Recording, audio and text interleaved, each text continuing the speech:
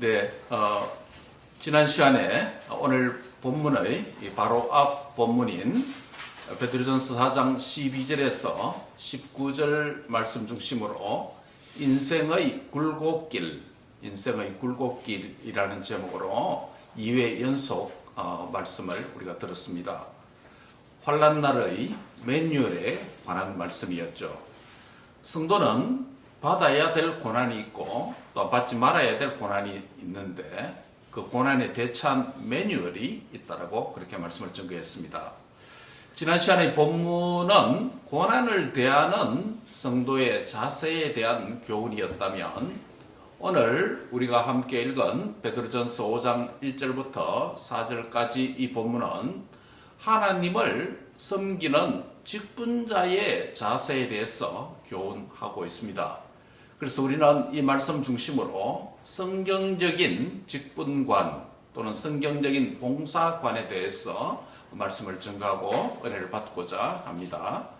먼저 현대 교회 안에서 교회의 직분에 대한 잘못된 두 가지 세속적인 오해가 있습니다.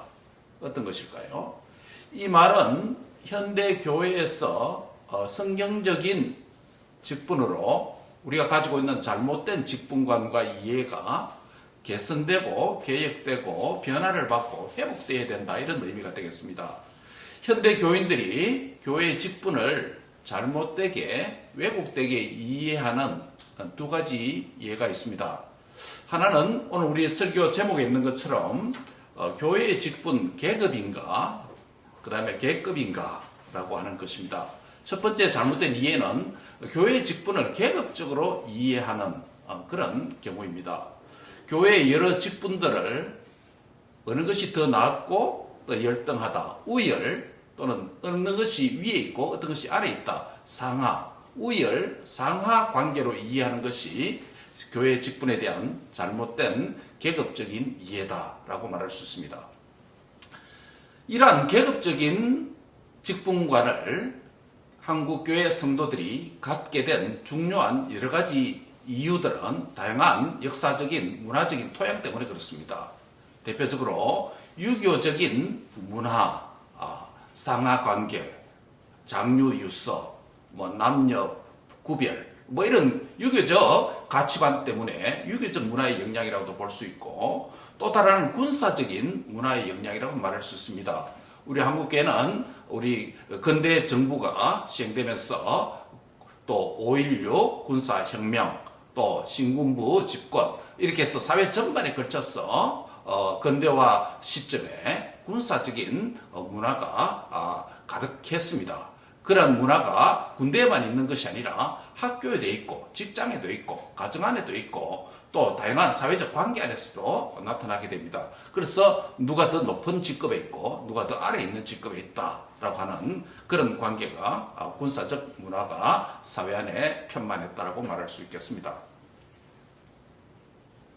그래서 이 유교적인 문화와 군사적인 문화 또는 관료 제도나 직장의 상하 관계 개념이 교회 안으로 침투해 들어와서 세상에서 직장 생활하고 또 군사 문화에 젖어 있고 유교 문화에 젖어 있던 그 성도들이 전도를 받아서 교회 안에 들어보니까 교회 안에도 다양한 직분들이 있다는 것을 보게 됩니다.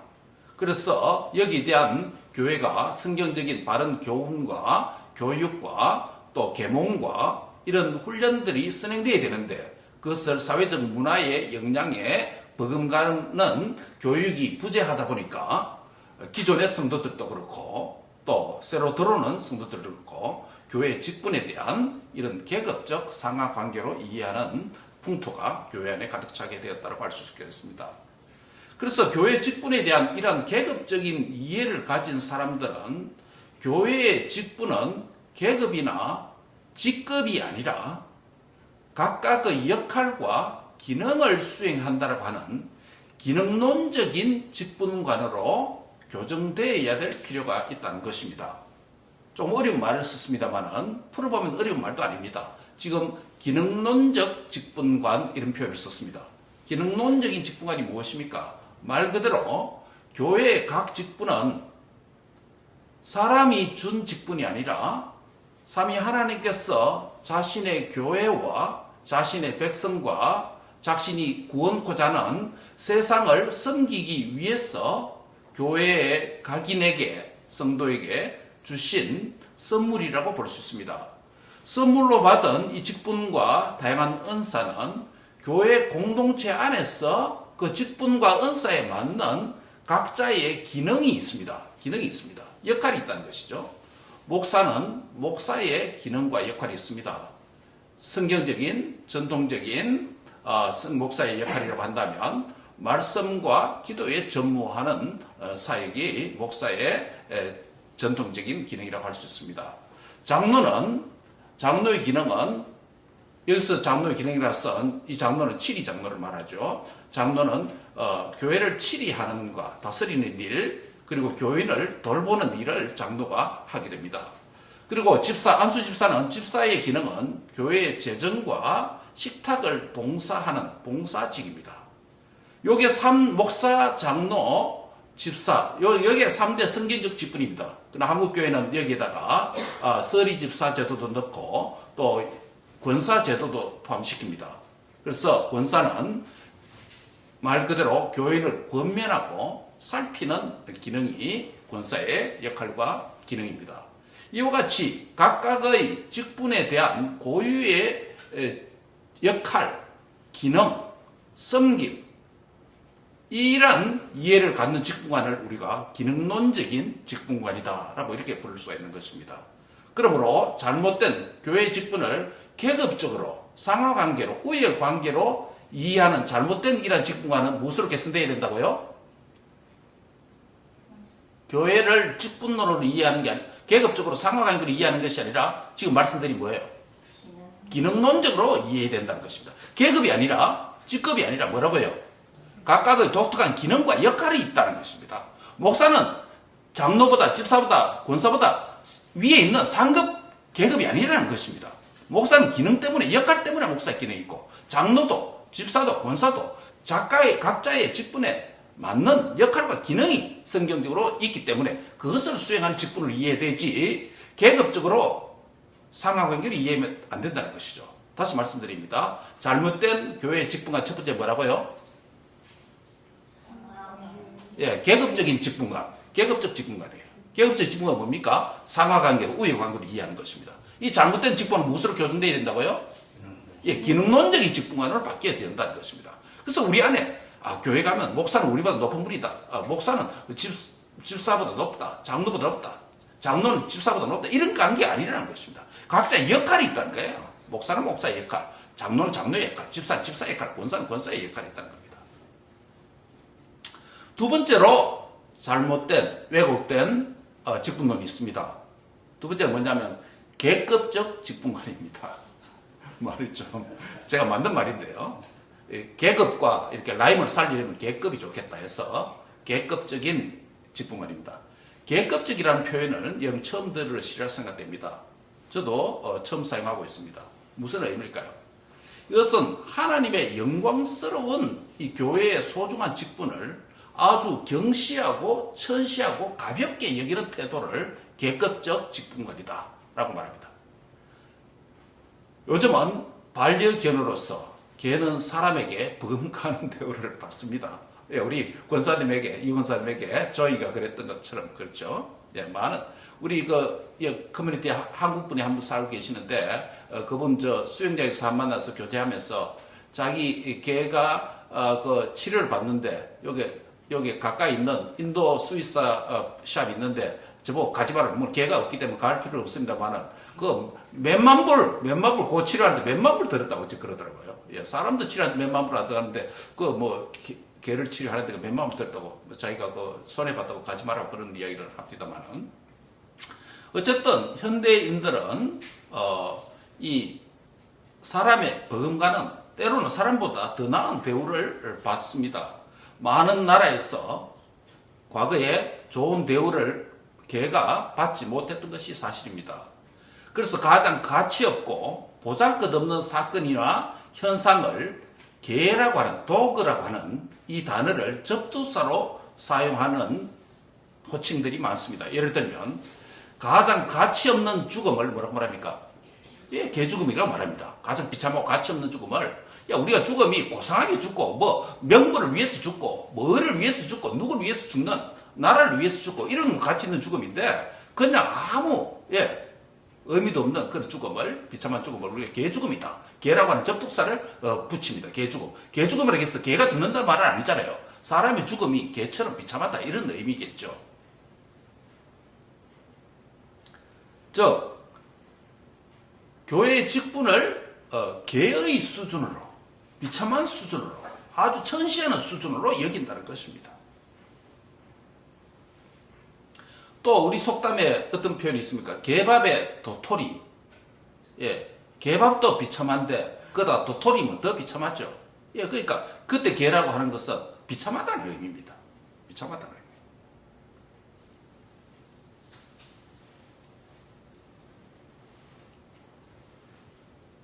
가장 가치없고 보잘것없는 사건이나 현상을 개라고 하는 접두사를 그렇게 사용합니다.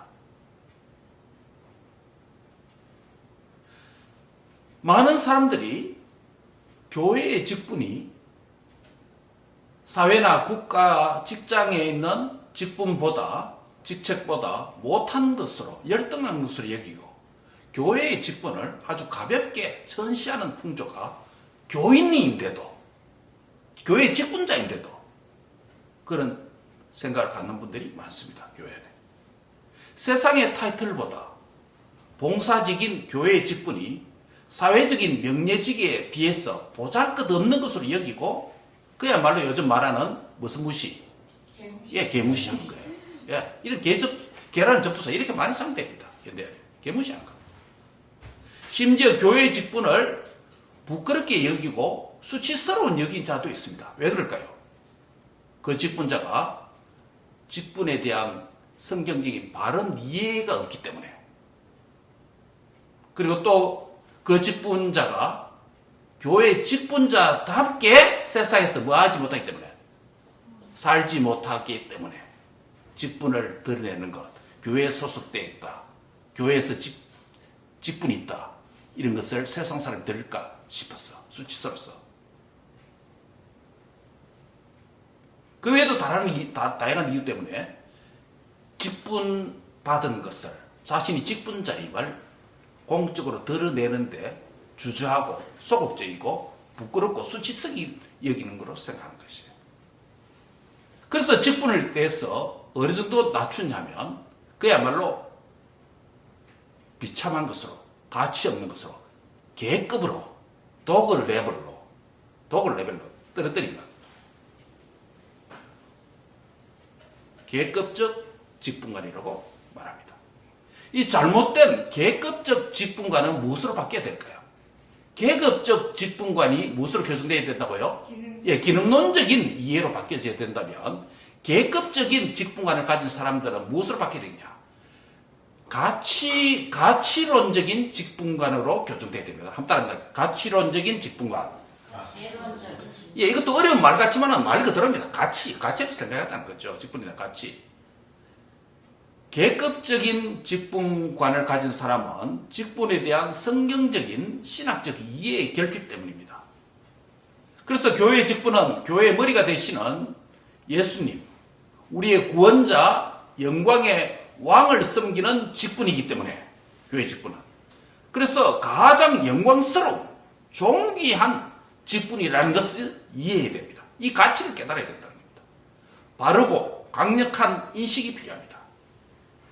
계급적 직분관을 가진 사람은 성경에 기초한 가치론적인 직분관으로 교정되고 바뀌어야 됩니다. 예, 가치론 직분관이 뭐라고요? 성경에 기초한 그 직분의 가치를 바로 이해하자는 겁니다. 지금까지 오늘 설교에서 교회의 직분에 대한 잘못되고 왜곡된 두 가지 직분관을 말씀드렸습니다. 무엇이었죠? 하나는 잘못된 것. 계급적 직분관. 또 하나는요? 계급적 직분관. 예.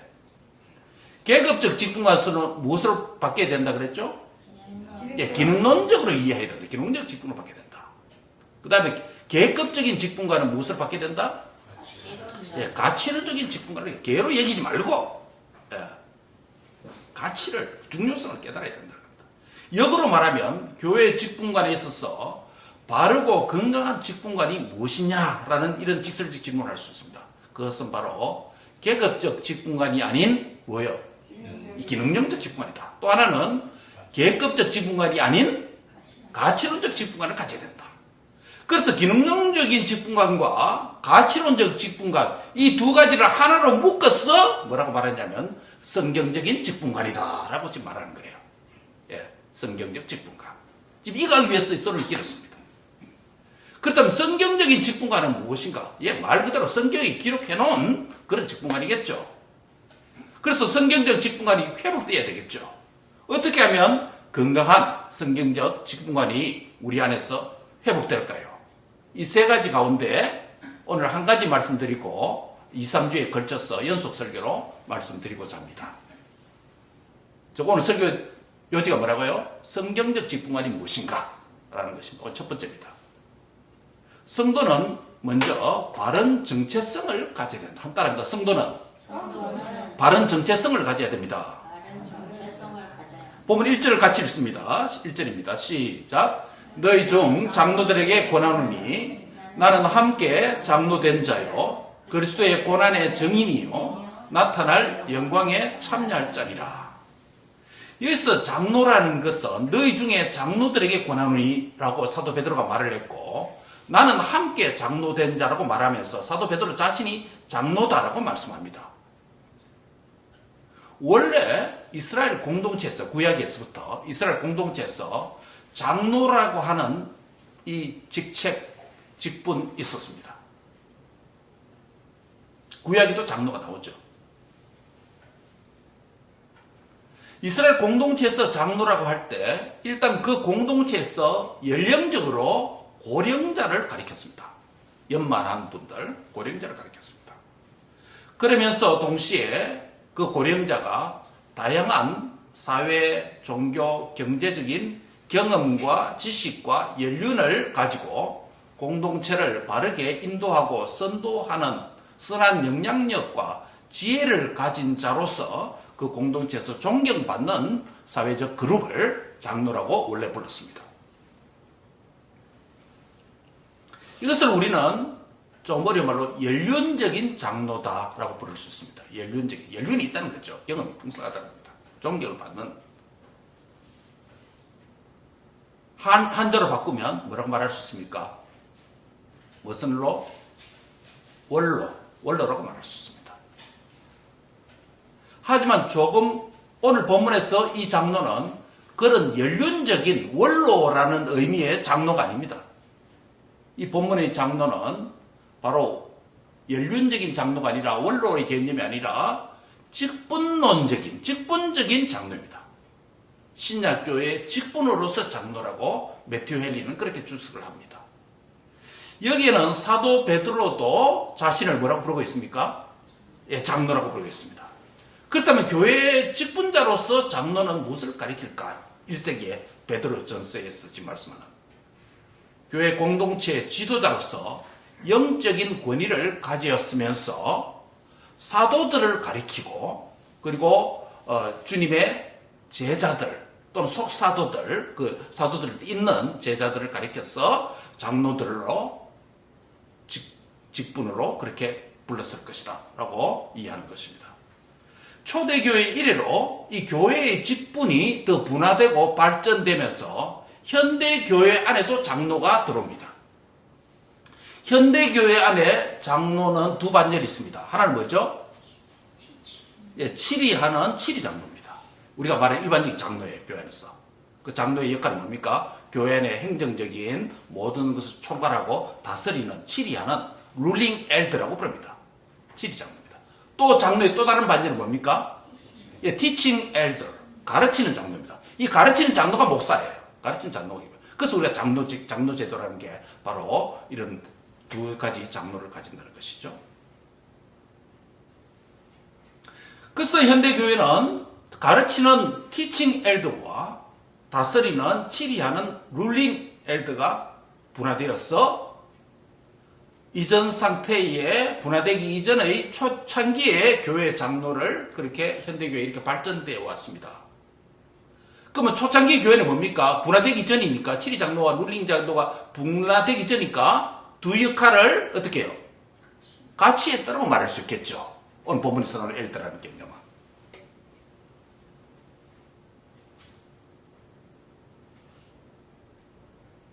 마치 현대 개척교회 목사가 북도 치고 장구도 치고 이것저것 다 하는 것과 비슷한 개념이에요. 집은 더 우리도 뭡니까? 교회가 더 잘하고 또 성도가 많아지고 그럼 직분과 역할이 많이 분화되겠죠. 그렇죠? 예, 그거 같은 이치입니다.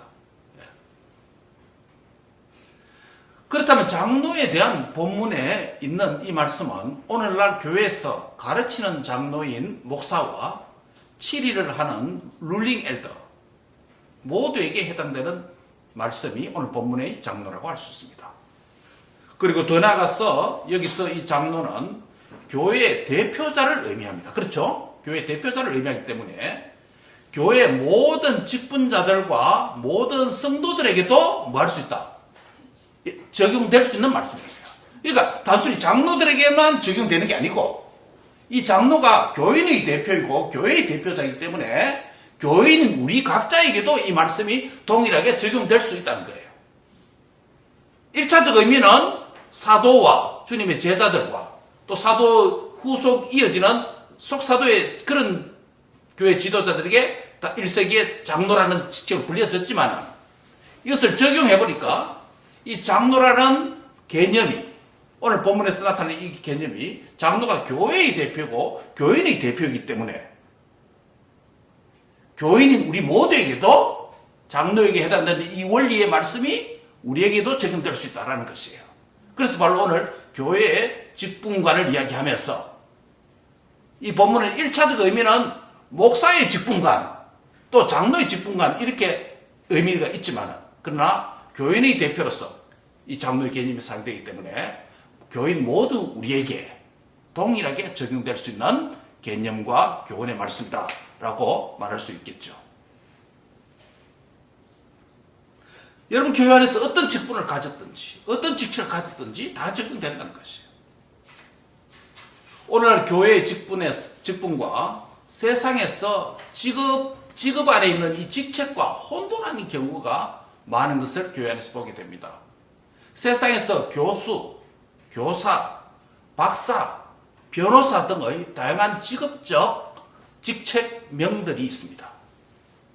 이 땅에서 여러 가지 일들을 하는 교수나 의사나 교사나 변호사 등의 여러 직업을 통한 직책으로 사는 삶도 매우 귀하고 소중합니다. 반대로 목사와 장로와 집사와 권사와 같은 교회의 직분자로서 성도가 그것을 바르게 중요성을 깨닫고 사는 삶도 매우 중요합니다. 그러나 세상에서 여러분이 어떤 직업의 직책을 가졌든지 교회에서 또한 어떤 직분으로 봉사하든지 간에 그 기본은 그리스도인은 뭐다? 성도다라는 것이에요. 성도다라는 거예요. 그래서 오늘 첫 번째 뭐냐면 성도의 정체성을 바로 이해해야 된다는 것이에요. 여러분 세상에서 그리스도인이 앞으로 우리 젊은 자녀들뿐만 아니라 현재 우리 성도들 가운데 앞으로 미래의 성도들 가운데 변호사도 있고 의사도 있고 판사도 있고 또 엔지니어도 있고 다양한 직업이 있잖아요.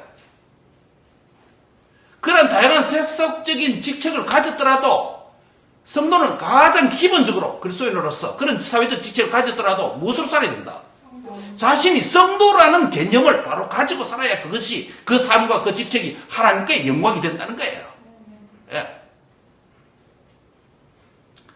교회 직분도 마찬가지입니다. 목사, 장로, 집사, 권사, 다양한 또 뭐 교회 안에 성가대, 뭐 다양한 교사, 다양한 직분이 있다 할지라도 그 직분 타이틀로 사는 것이 아니라 가장 기본적인 그 직분자가 뭐다? 성도라고 하는 정체성을 바로 알고 그 중요성이 어떻다는 깨닫고 직분을 수행해야 된다는 거예요. 가장 중요한 개념이 뭐라고 그러니까 성도라는 거예요. 성도라는 거.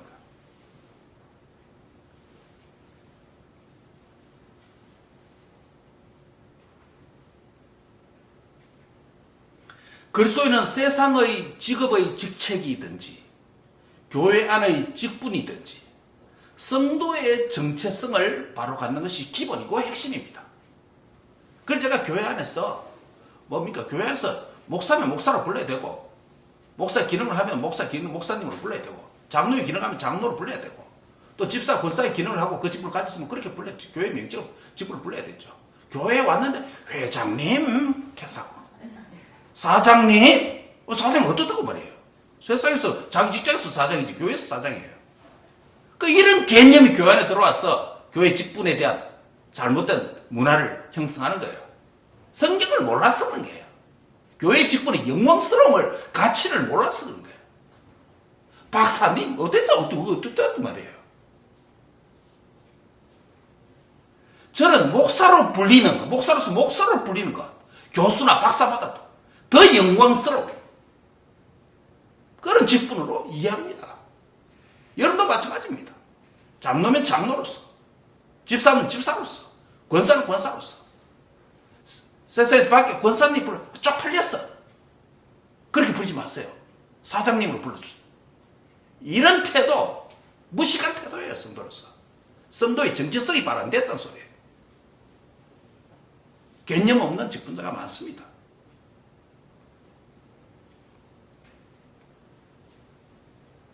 이 땅에서 어떤 직책을 가졌든지, 교회에서 어떤 직분을 가지고 주를 섬기든지, 가장 중요한 것은 오늘 본문 4절에 있는 말씀이에요. 같이 한번 읽습니다. 시작. 그리하면 목자장이 나타나실 때에 시들지 아니하는 영광의 관을 얻으리라.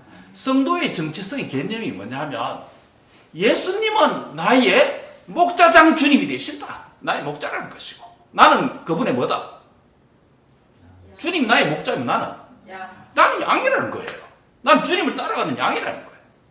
목사나 장로나 집사나 다, 변호사나 판사나 사회적 직책이 회장님이라도 성도라면 예수님이 나의 목자장의 주님이시고 나는 그분의 양이라는 정체성에 대한 인식이 필요합니다. 주님과 나 사이의 근본적이고 가장 중요한 핵심 관계가 뭐라고요? 목양 개념이에요. 목양 관계예요. 주님은 나의 목자이시고 나는 그분의 뭐다? 양이다. 이 목양 관계예요. 주님과 목양 관계가 성도의 기본이에요. 이 관계, 이 개념이 있어야 다른 직분이 되는 거예요.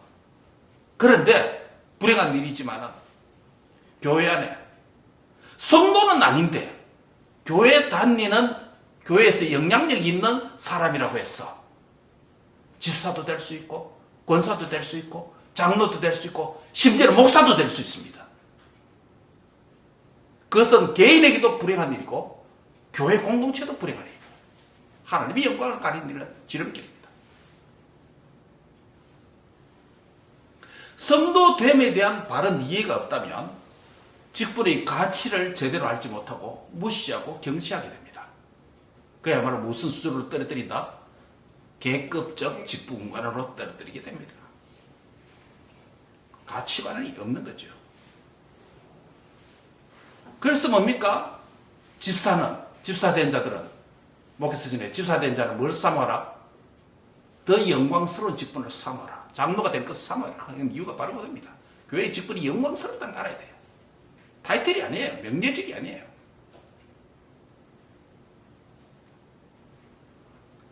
그래서 교회 안에 있는 모든 직분자들이 성도라고 하는, 그리스도인이라고 하는 바른 정체성의 가치와 중요성을 제대로 알고 교회에서 자랄 필요가 있습니다.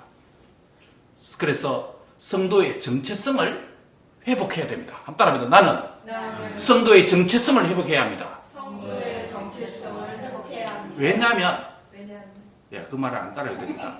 성도의 정체성이 가장 기본이고 핵심이고 중요하기 때문에 주님과 목양관계, 이 관계가 없으면 그 사람은 주님과 몰하기 때문에 결국은 교회 안에 있더라도 교회와 무관한 자예요. 무관한 자예요. 교회에서 많은 일을 하고 많은 헌금을 하고 많은 봉사를 한다 할지라도 교회 울타리 안에 있을지 모르지만은 성도라고 하는 주님과 목양관계가 없으면 그 모든 수고와 헌신이 뭐와 같다? 아무 가치가 없는 계급이 되는 거예요. 그야말로. 예. 그냥 사회 봉사하다가 인생 산 것밖에 안 되는 거예요.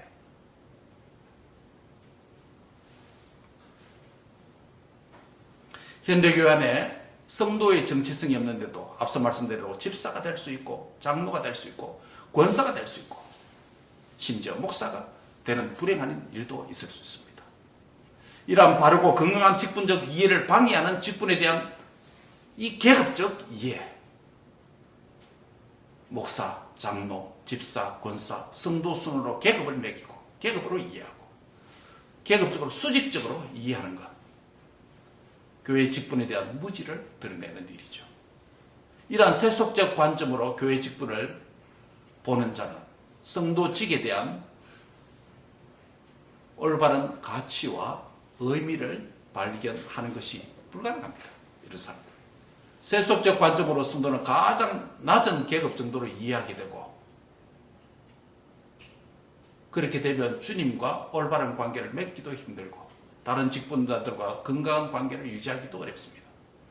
세상에서 가진 교수직, 회장직, 사장직, 장관직 교회에서 그대로 유지하고 싶다든지, 목사와 장로가 되어야 하나님과 더 깊은 관계와 고급스러운 관계를 맺을 수 있다고 생각하는 것은 큰 오산이고 착각입니다. 본문 1절은 특별히 장로라고 하는 교회 직분의 정체성을 언급하는데, 이것은 성도의 정체성이 어떻게 되어야 된다는 것도 동시에 설명합니다.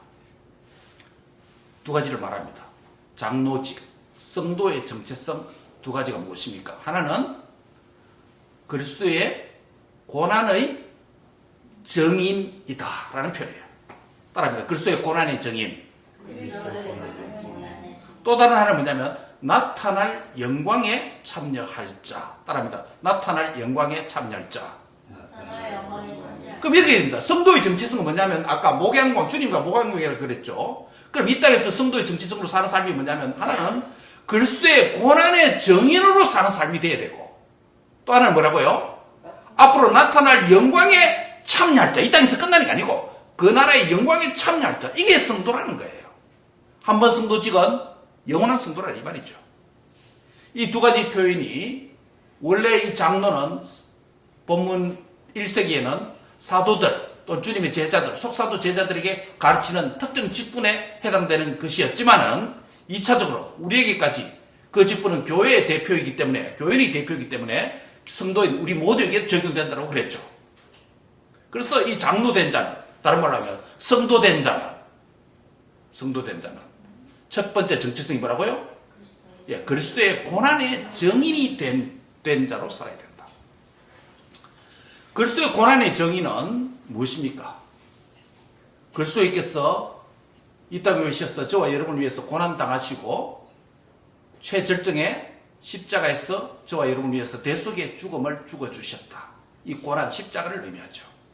그런데 그 십자가의 고난이 예수님 자신만의 고난, 십자가 죽음이 아니라 그 고난에 목격하고 나도 그 고난을 믿고, 내 때문에 고난 받았다는 것을 믿고 인정하고 그 고난의 주님을 믿고 나도 그 고난의 주님의 말씀대로 순종하며 살고 들어가서 그 고난의 주님을 또 다른 사람에게 전하는 이 삼중적인 삶을 가진 자를 오늘 본문에서는 그리스도의 고난에 먼저 참여하는 자, 정인이다라고 부르는 거예요.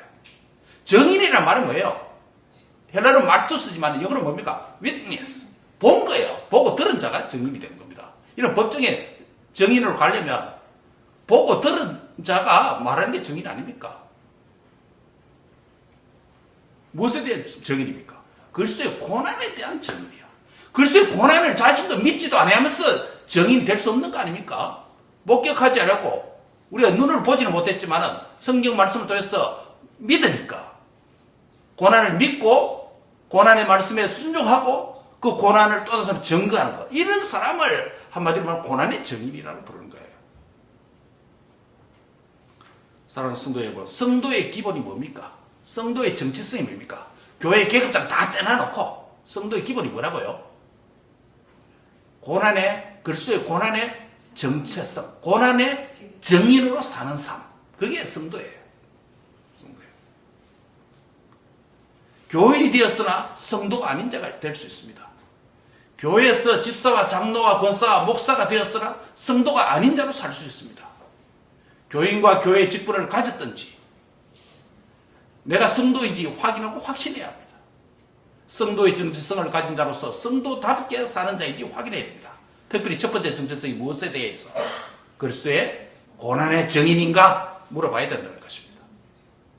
그리스도의 고난의 정인 의미 세 가지라고 그랬습니다. 그리스도께서 나를 위해서 고난 당한 것을 뭐 하는 자? 믿는 자. 첫째 믿어야 되죠. 두 번째는요, 고난의 주님의 말씀에 순종하는 자. 자기는 순종 안 하면서 순종하라 하면 안 되잖아요. 세 번째 뭐죠? 그리스도의 고난의 정인으로 복음을 이웃과 나누는 자. 고난의 주님을 전하는 자. 이 세 가지가 있어야 고난의 정인이 될 수 있다는 거예요.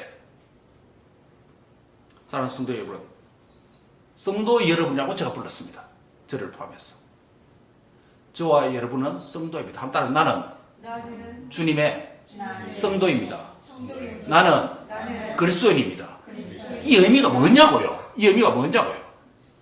나는 주님의 고난의 정인으로 사는 자가 돼야 이 정체성을 가진 거예요. 그리스도 고난의 정체성 세 가지를 표현하면 뭐라 그랬죠? 그거는 첫 번째, 고난의 주님을 믿는 자. 여러분 믿는 자 맞습니까?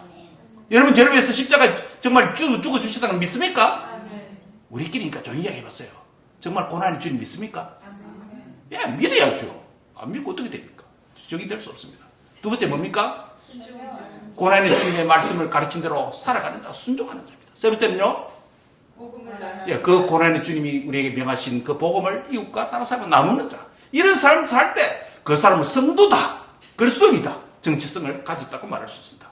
성도의 두 번째 정체성이 무엇입니까?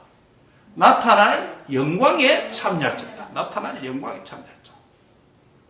성도의 첫 번째 정체성인 그리스도의 고난의 정인이라고 하는 것은 성도의 지상에서 가지는 정체성입니다. 이 땅에 살아있을 때 정체성이에요. 즉, 이 땅에서 성도의 정체성과 사명은 무엇이라고요? 고난의 정인으로 사는 삶입니다. 성도는 미래에 주님이 다시 오실 때 나타날 영광에 참여할 자가 될 줄 믿습니다. 이거는 미래에 대한 정체성이에요.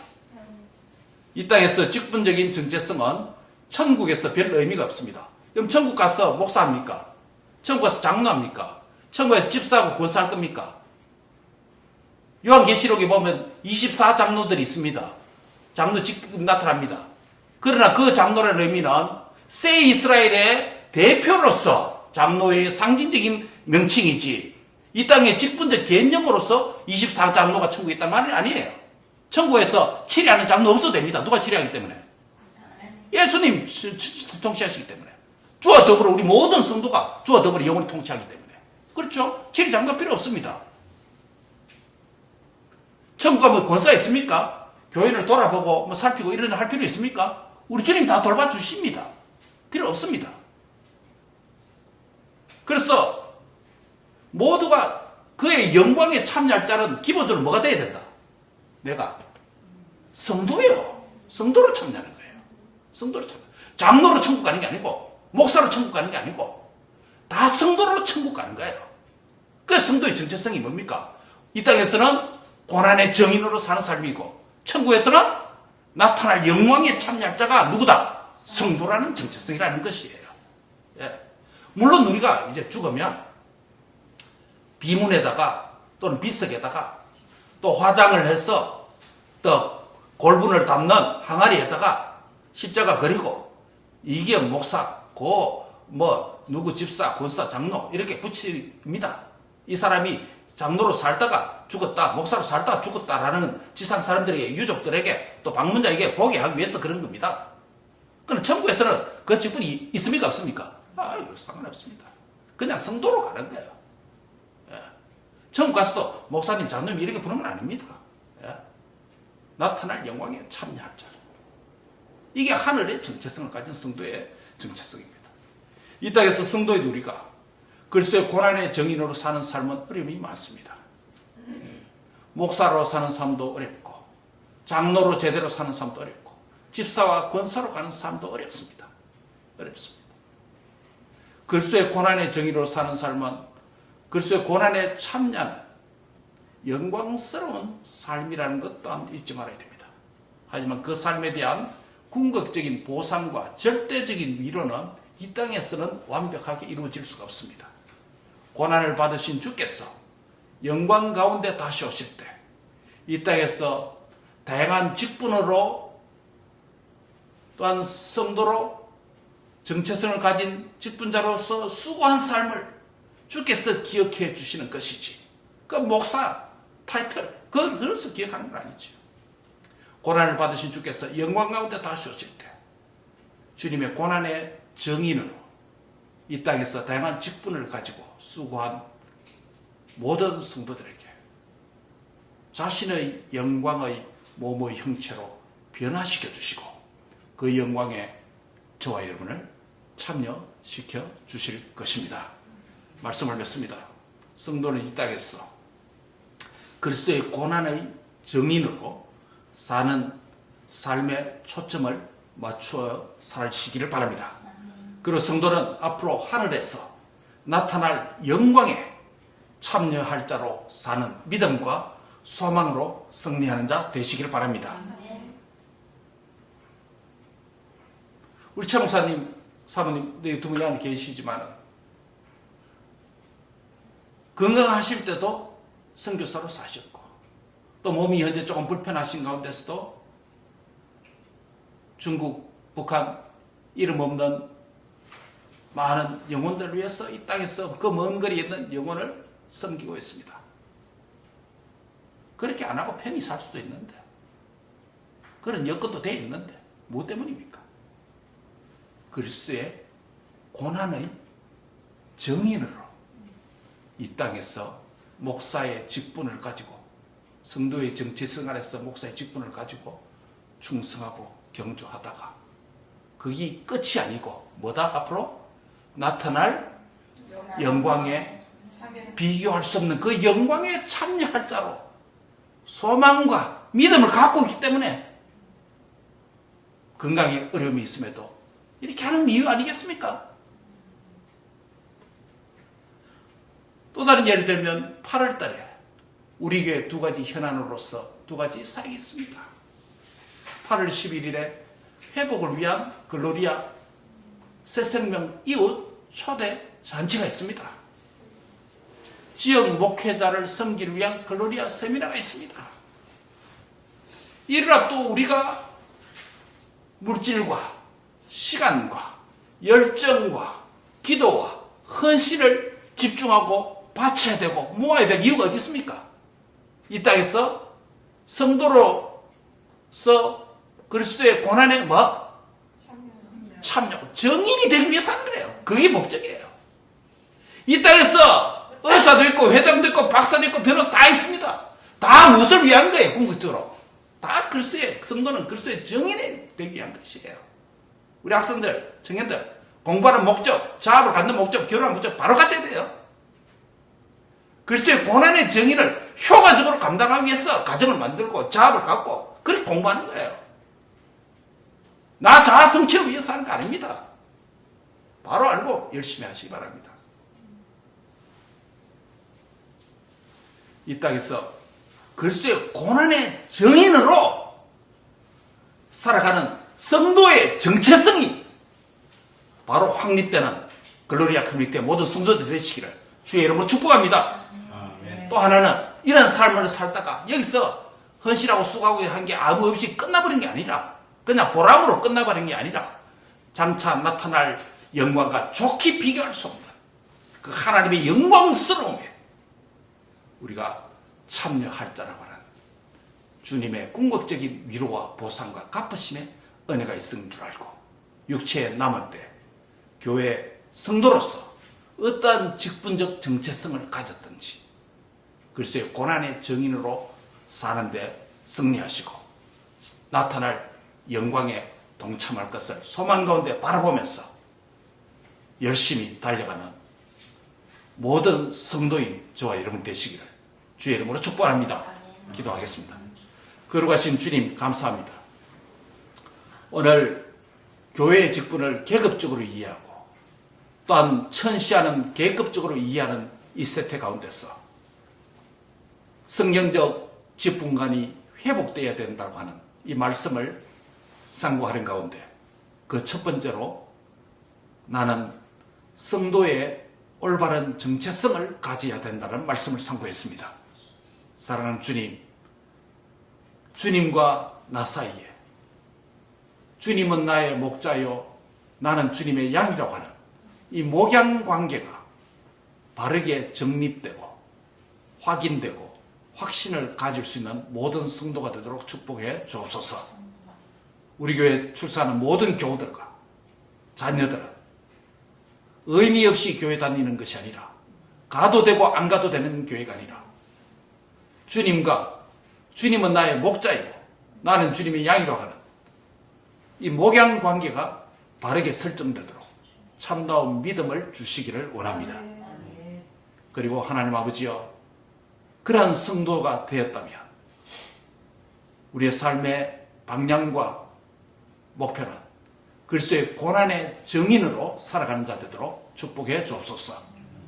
대속의 고난을 믿고 고난의 주님의 말씀에 순종하고 고난의 주님을 증거하는 증인이 되도록 축복해 주옵소서. 그런 수고가 헛되지 아니하는 것은 나타날 영광에, 영원한 천국의 영광에 동참할 것이라는 확실한 믿음과 소망 안에서 승리하도록 도와주옵소서. 감사하고 교회의 머리가 되신 예수님의 이름으로 기도하옵나이다. 아멘.